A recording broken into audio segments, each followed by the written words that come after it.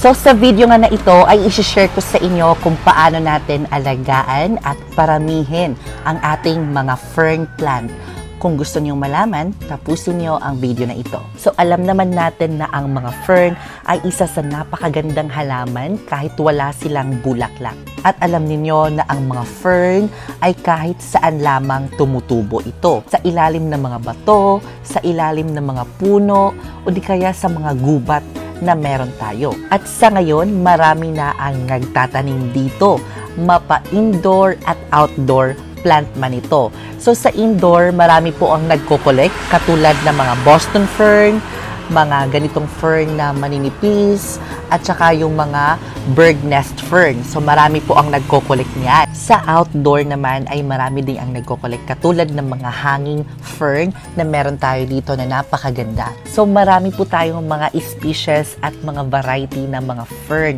At ito po ay pampaswerte din sa ating loob ng ating tahanan kung meron tayo. So tinatawag din siya na lucky charm sa ating tahanan. So bagamat hindi po siya namumulaklak na halaman, ang kanyang pag-aalaga dito when it comes to sunlight exposure ay hindi masyadong kinakailangan ng matinding sikat ng araw. So okay na okay lang po kung nasa shady lang po siya ng ating mga tahanan o nasa ilalim po siya ng mga puno. Mas nagiging maganda po yung kanilang dahon, mas nagiging green po ang kanilang mga dahon kaysa pag naiinitan ng sobra kasi nagiging sunog po ito ang ating mga dahon ng mga fern. So kinakailangan na maingat po tayo sa pag-aalaga dito. So tingnan nyo naman ang ating fern dito na napakaganda. So ito po ay nasa shady area lang ng ating terrace. Kaya naman po hindi po siya nasusunog at katamtaman lamang po na sunlight ang binibigay natin dito sa ating mga fern na halaman. At kung mapapansin nyo, ang mga dahon ng ating mga fern ay sobrang nipis talaga at hindi po siya nag-hold ng water de parehas ng mga succulent, mga cactus natin. Ito po ay sobrang nipis at kinakailangan niya ng dilig. Kinakailangan niya po ng dilig araw-araw. So ako po ay araw-araw itong nagdidilig ng ating mga fern. So kinakailangan po ito ng care talaga when it comes to the indoor plants sa ating mga fern na halaman. At kapag magdidilig kayo mga ka-jungle, i-check nyo palagi ang kanyang mga dahon. Kasi nga kapag yung kanyang dahon ay medyo faded na, parang hindi na po siya green, mapapansin nyo na kinakailangan niya ng sobrang dilig talaga. Katulad nito, naglulupay-pay, kinakailangan talaga ng sobrang dilig ng ating mga fern plant. May iba't ibang klase ng fern mga ka-jungle. Yung iba mga epiphytic. Ang ibig sabihin ng epiphytic mga ka-jungle ay doon sila tumutubo sa another plant, like doon sa mga puno. So, ang kanilang soil o di kaya ang kanilang base dito sa ilalim ay pwedeng kokopit lang. O di kaya yung mga kahoy lang, pwede mo siyang ilagay doon. Pero may mga ibang fern naman na nasa lupa o nasa bato, katulad nito. So pwede po siya sa lupa or sa soil. So that is the soil requirement na kailangan ng ating mga fern.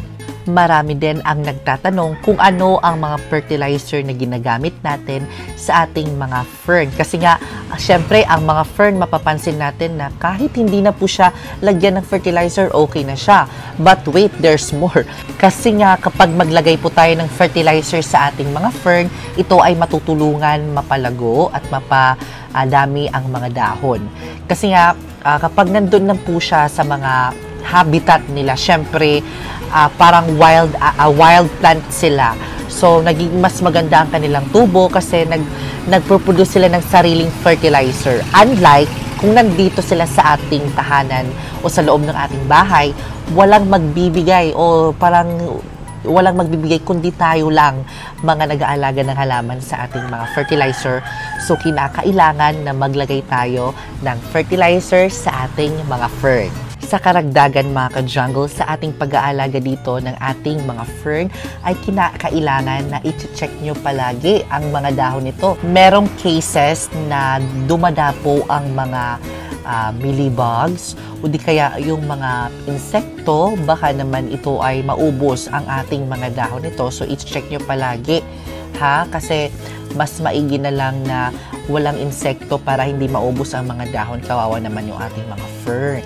Tungo naman tayo sa ating pagtatanim at pagpaparami ng ating mga fern.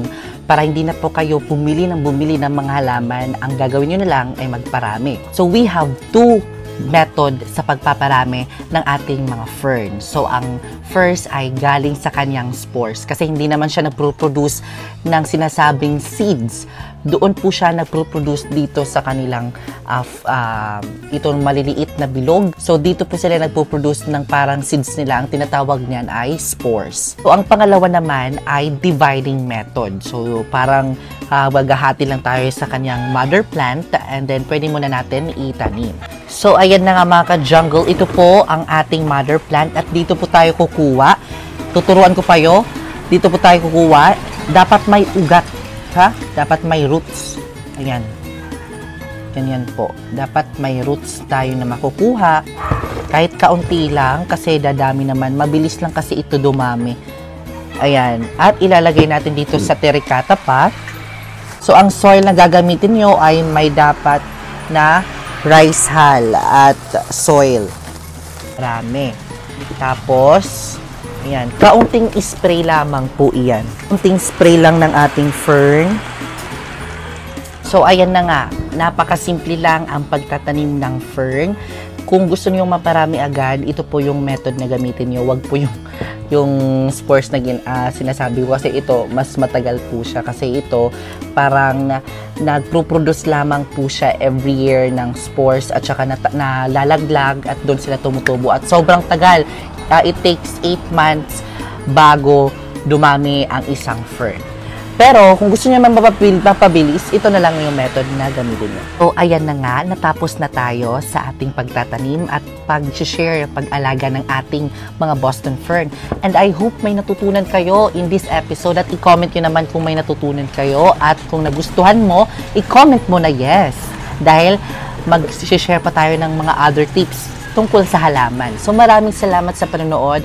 And don't forget to follow, share this video para makita din ng karamihan, and also subscribe to my YouTube channel for more updates.